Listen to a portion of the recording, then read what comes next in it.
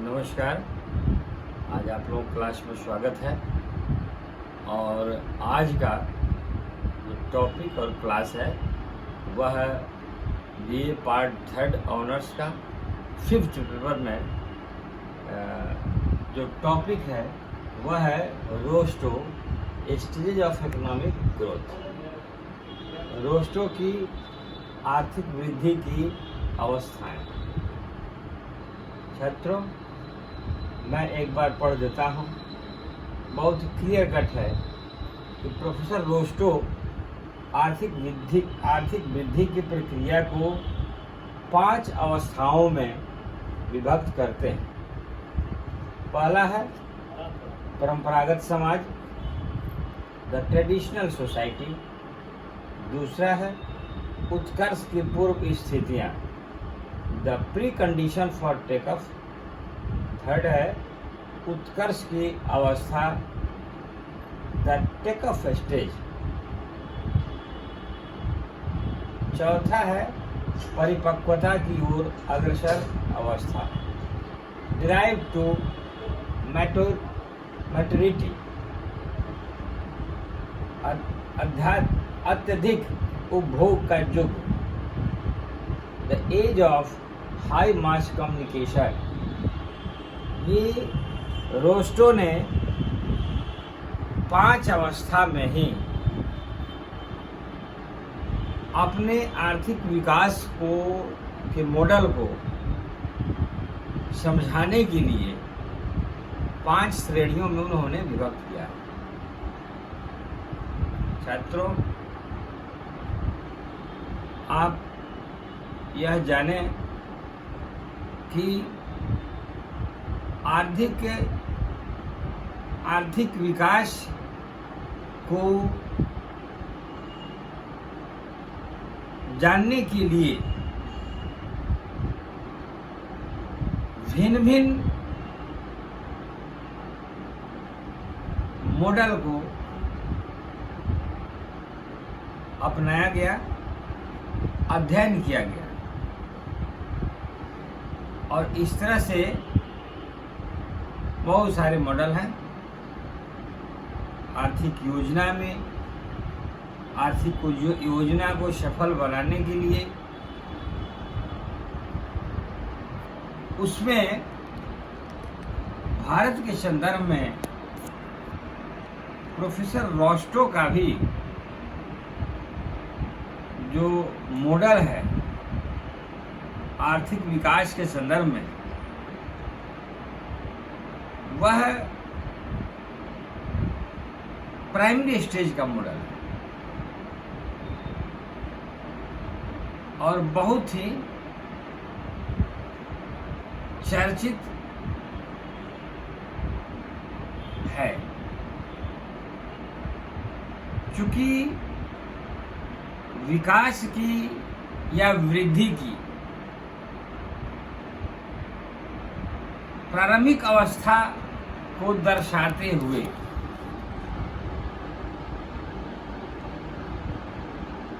आर्थिक वृद्धि की श्रेणी को कैसे प्राप्त किया जा सकता है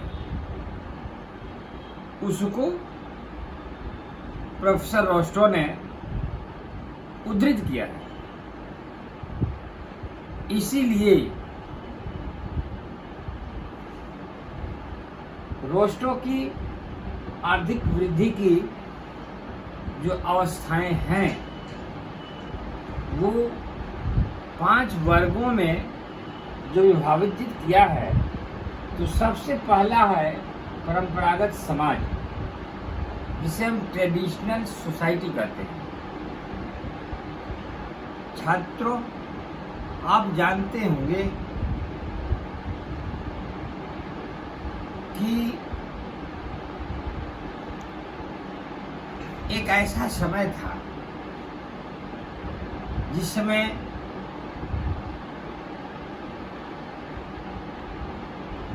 ट्रेडिशनल परंपरागत सभ्यता, संस्कृति, मनोवृत्तियाँ हमारे देश में ही नहीं पूरे देश में। लेकिन हमारे यहाँ हिंदुस्तान में बहुत दिनों तक यह सिस्टम, यह प्रथा देखने को मिला, जबकि बहुत सारे देश 16वीं शताब्दी, 15वीं और 16वीं शताब्दी के अंत तक ही इस स्थिति से उबर चुके थे। चाहे जो भी कारण रहा हो, जो भी उनके प्रेरणा के स्रोत रहे हों, लेकिन हिंदुस्तान सभी देशों के बाद प्रायः धीरे धीरे अन्य देशों से प्रेरणा, परिस्थिति, परिवेश उस तरह का मिला कि यह भी देश उस परंपरागत स्थितियां से निजात पाई। छात्रों, अब हम इसके बारे में थोड़ा सा जानकारी जरूर प्राप्त करना चाहेंगे। अकॉर्डिंग टू प्रोफेसर रोस्टो, आर्थिक वृद्धि की परंपरागत ट्रेडिशनल सोसाइटी की स्थितियां क्या थी? स्पष्ट है कि न्यूटन की विकास के संदर्भ में या कोई अद्भुत क्रिया प्रतिक्रियात्मक का परिणाम अगर मिलता है और मिला है, या जिसकी इतिहास में चर्चाएं की जाती है, वह न्यूटन के बहुत सारे नियम हैं। उस नियम को हम लोग उदाहरण के रूप में रखते हैं। तो कहने का मतलब यह है कि न्यूटन के आर्थिक वृद्धि के पूर्व की यह स्थिति है परंपरागत स्थिति, ट्रेडिशनल सोसाइटी। यानी उस समय रूढ़िवादी व्यवस्था के तहत ऐसी बातें नहीं थी कि उस समय भी पर्याप्त मात्रा में भूमि थी, आवश्यकता, उपभोग, वितरण, सारी चीजें उस समय भी थी, कहीं पर कोई परेशानी नहीं थी। लेकिन लोगों की मनोवृत्तियां, उस समय की सकारात्मक सोच, विचार, विकास की ओर उन्मुख होने के लिए परिकल्पनाएं नहीं की जाती थी। उस समय सिर्फ और सिर्फ भूमि, काश्तकार, जमींदार लोग होते थे और उनकी सोच उतना ही तक थी कि किसी तरह से जो भी कृषि कार्य के माध्यम से अर्निंग हो रहा है, आय की प्राप्ति हो रही है, उसका लिमिटेड क्षेत्रों में ही उसको खर्च किया जाए। जैसे रूढ़िवादी व्यवस्था के तहत उस समय भी कृषि मुख्य पेशा थी, कृषि आय का मुख्य साधन था, कृषि पर ही बहुत सारे लोग आधारित थे। तो कृषि से संबंधित, उसके विकास से संबंधित बहुत ज्यादा कुछ बातें नहीं होती थी, लेकिन उससे आय की जो प्राप्ति होती थी उसका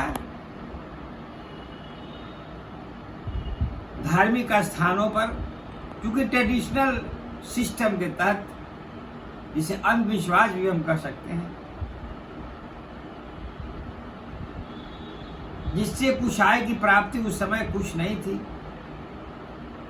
उस पर अधिक से अधिक खर्च करना, शादी विवाह रीति रिवाज को उसको मुख्य आधार बनाना, देश के रक्षार्थ युद्ध करना या बाहरी आक्रमण से बचने के लिए उस पर खर्च करना, ये सारी बातें होती थी। लेकिन कहने का मतलब यह है, युद्ध पर खर्च करना अच्छी बात है, आवश्यकता भी है,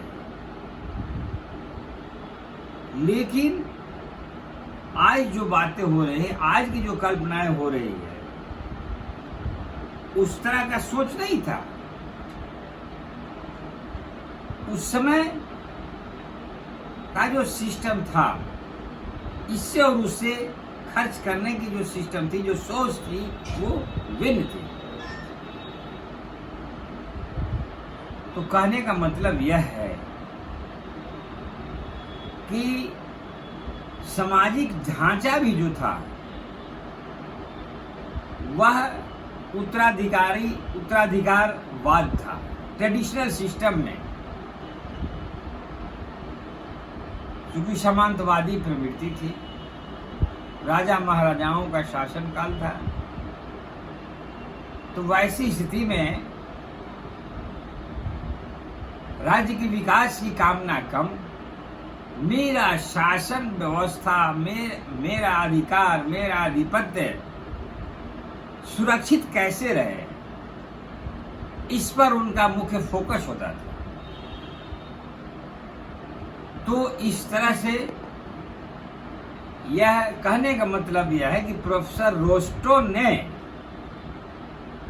यह सिर्फ चर्चा किया लोगों को, और आज भी इसकी कोई आवश्यकता नहीं है, लेकिन हम आज जिस स्टेज पर विकास के, आर्थिक विकास के स्टेज पर जो खड़ा है,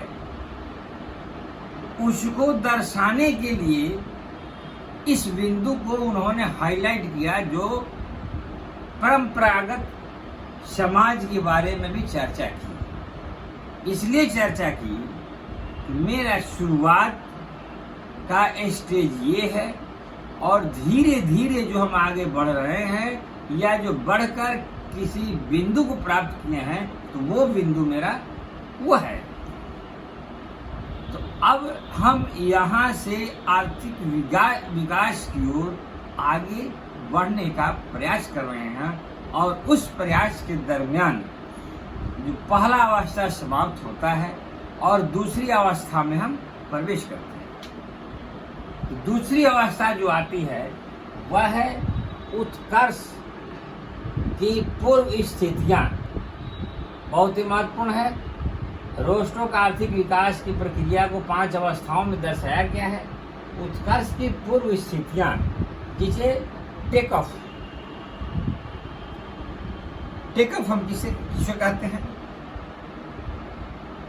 थोड़ी सी हम इस पर आप लोगों को ध्यान आकर्षण करना चाहेंगे।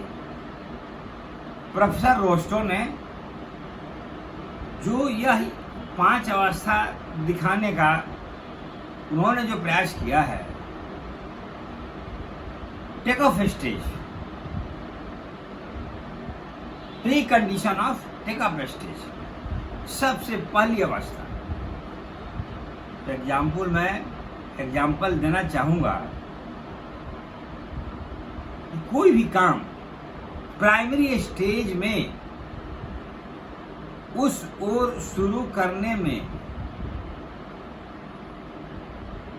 काफी एनर्जी एग्जॉस्ट होता है, और काफी पूंजी, यानी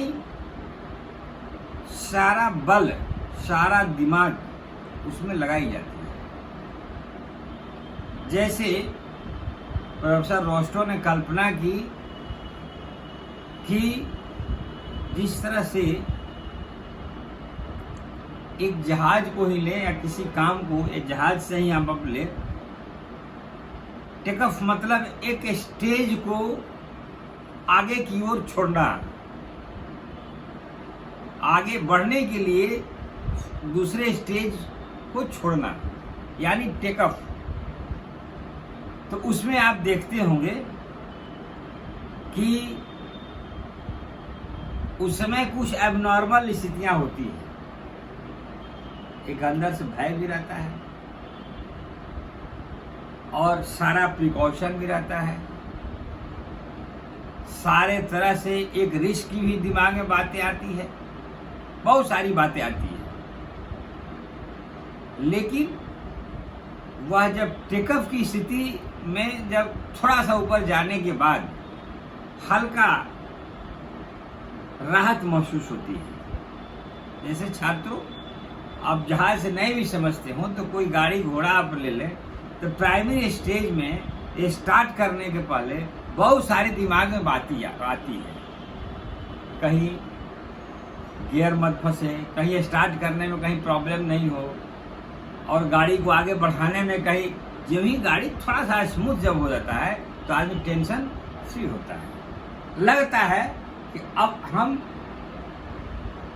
अपने लक्ष्य की ओर उन्मुख हो रहे हैं। तो उसी तरह से आर्थिक विकास को रोस्टो ने स्पष्ट करने के पहले कहा कि यह टेकअप की प्री टेकअप की स्थिति है, उत्कर्ष की प्रारंभिक अवस्था है, और उस प्रारंभिक अवस्था में स्पष्ट करने के लिए उसमें बहुत सारी बातें आती हैं। उसने 4 बिंदु को हाईलाइट किया। पहले तो नवजागरण, यानी सभी लोगों को एहसास करने के लिए जो भी उसका एरिया था,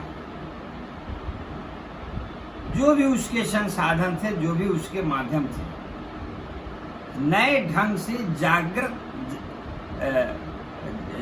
नव जागरण का मतलब कि नए ढंग से लोगों को जागृत करने का प्रयास उसने शुरू किया। आपस में चर्चाएं हो, प्रेस हो, मीडिया हो, जो भी उस समय के संसाधन हो, नया राजतंत्र। नया राजतंत्र का मतलब एक बैक किसी शासन सत्ता के विरुद्ध खिलाफ में बोलना, उस समय की स्थितियां वो नहीं थी। लेकिन नए राजतंत्र में उसको माहौल बनाने के लिए या लोगों को एहसास कराने के लिए कि चूंकि वेलफेयर स्टेट की कल्पना की जाए, लोक कल्याण कार्य की स्थिति को कल्पना करने के लिए नए राजतंत्र की कल्पना वो तुलनात्मक ढंग से एक देश से दूसरे देश या अपने देश में भी डायरेक्ट उसकी आलोचना न कर लोगों को उस चीज के प्रति आकर्षित करना, इसके सिस्टम में चेंजिंग हो, इसका मेरिट्स डिमेरिट्स ये वगैरह वगैरह की चर्चाएं करने के लिए प्रयास किया गया। नव जगत में भी बहुत सारे देश, यह चूंकि भारत सोने की चिड़िया, प्राकृतिक संपदा से भरपूर, यह स्पष्ट करने का प्रयास किया गया कि जो भी हमारे यहाँ का जो संपत्ति है कृषि कार्य के अलावा, इसका सही ढंग से सदुपयोग किया जाए, और सदुपयोग करने से जो भी आवश्यकताएं की पूर्ति होती है, आवश्यकताओं का पूर्ति के बाद जो आय की प्राप्ति होती है, प्रति व्यक्ति आय हो या राष्ट्रीय आय, उससे देश का विकास होगा, आर्थिक समृद्धि की ओर हम अग्रसर होंगे। चौथा जो है, उस समय मिशनरी का बोलबाला था, बहुत सारे धर्म थे, लेकिन ईसाइयों का उस समय संख्या बहुत ज्यादा थी। और इस तरह से वेलफेयर स्टेट की कल्पना करते हुए जात पात, ये जो भी विघटनकारी जो शक्तियां थी, विघटनकारी जो भावनाएं थी, इसको समाप्त करने के लिए, आपसी सौहार्दपूर्ण वातावरण बनाने के लिए भिन्न भिन्न तरह की चर्चा परिचर्चाएं शुरू की गई और धीरे धीरे बच्चों से लेके नौजुवक से लेके, यानी समाज के जितने वर्ग थे, सभी वर्गों की भूमिका, उसकी आवश्यकता, उसकी सहभागिता, उसका प्रभाव इत्यादि इत्यादि बिंदुओं पर चर्चाएं शुरू हुई और उत्पादन, उपभोग, वितरण वगैरह वगैरह की जो भी आर्थिक विकास से संबंधित जो बिंदु थे,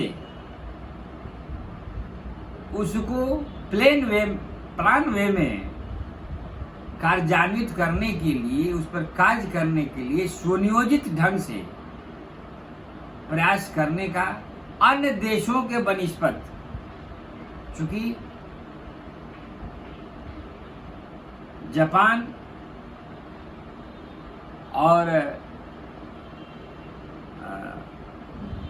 भी देश जो थे, वह बहुत पहले इस स्टेज को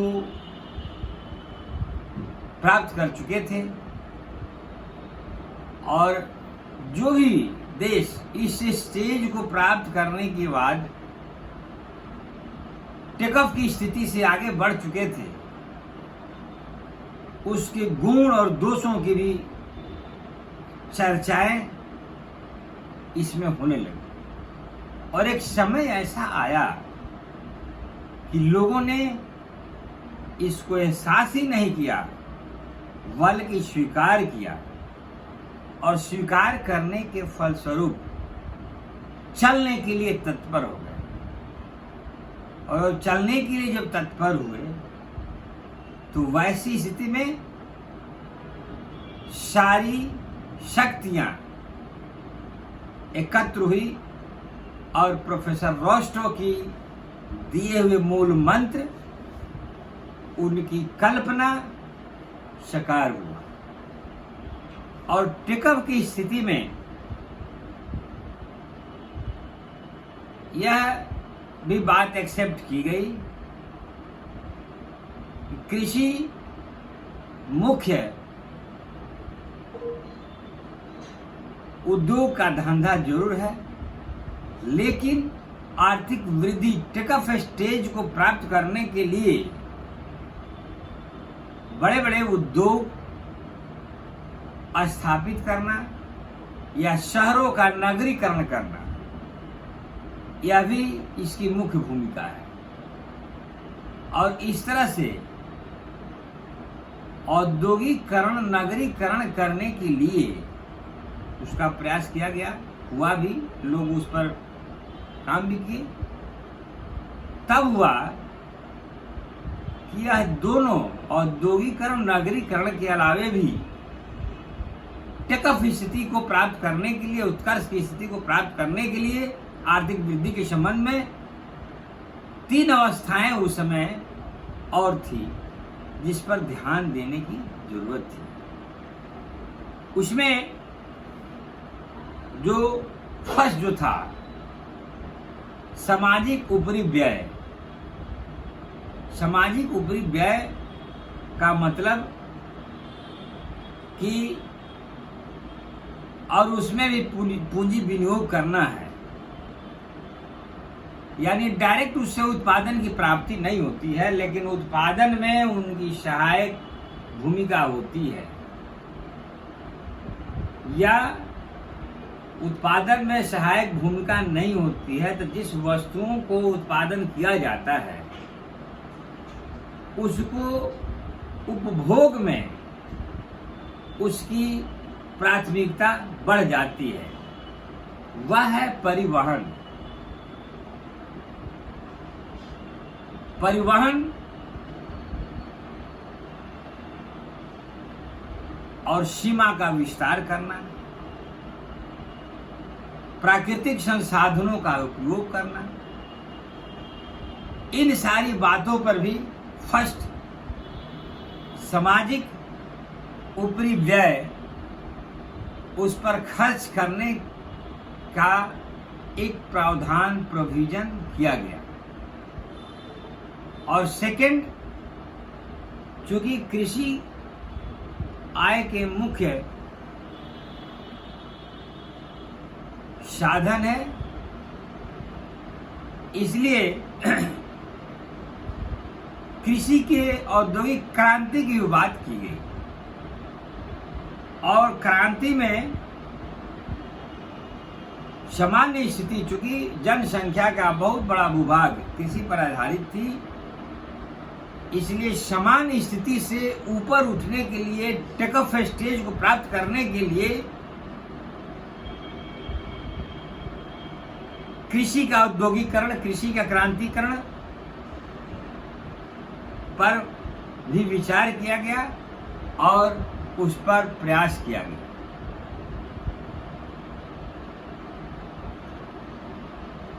तीसरा है आय प्राप्ति करने के लिए पड़ोसी देश से आयात निर्यात का भी प्रावधान को अपनाया गया। जब हम टेक ऑफ स्टेज को प्राप्त करने के लिए एक देश से दूसरे देशों की कल्पना करके उसकी प्रेरणा को हम अपना सकते हैं,